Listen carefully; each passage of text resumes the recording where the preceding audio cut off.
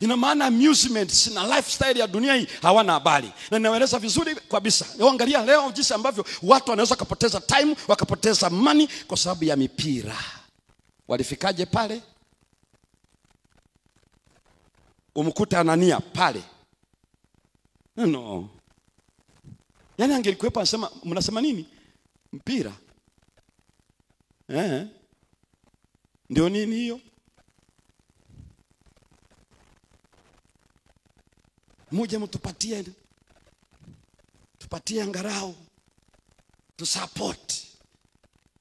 Tunawasupport ninyi kwa kazi zenu.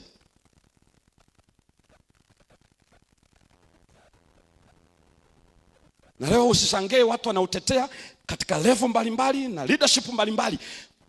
Anatetea failure yake. Don't listen. Usisikilize, ni failure yake. Mimi huwa naangalia nikiwa chumbani, kwa hiyo si failure yake. Huo muda anaangalia mpira, angalia ana benefit wapi? Kwenye mind ana benefit.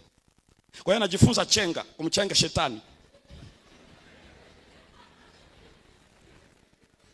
Mniambie mentally anavyo benefit huyu.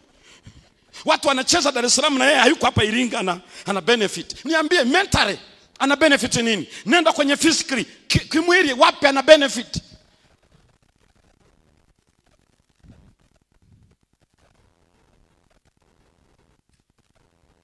Hakuna mara popote. Nenda utrace historical background. The history of Olympics, the history kwenye mambo ya michezo yote uangalie. It's all about and the plain of Dura. Leo kita vijana siku ya Sabato na kuna mechi wanazoziona za maana, uone kama watakuja mchana.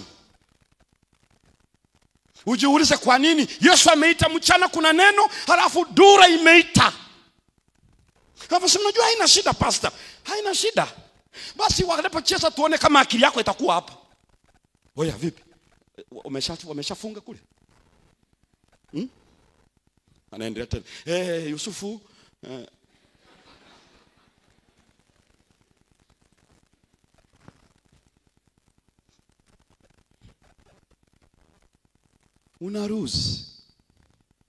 Una ruhusa.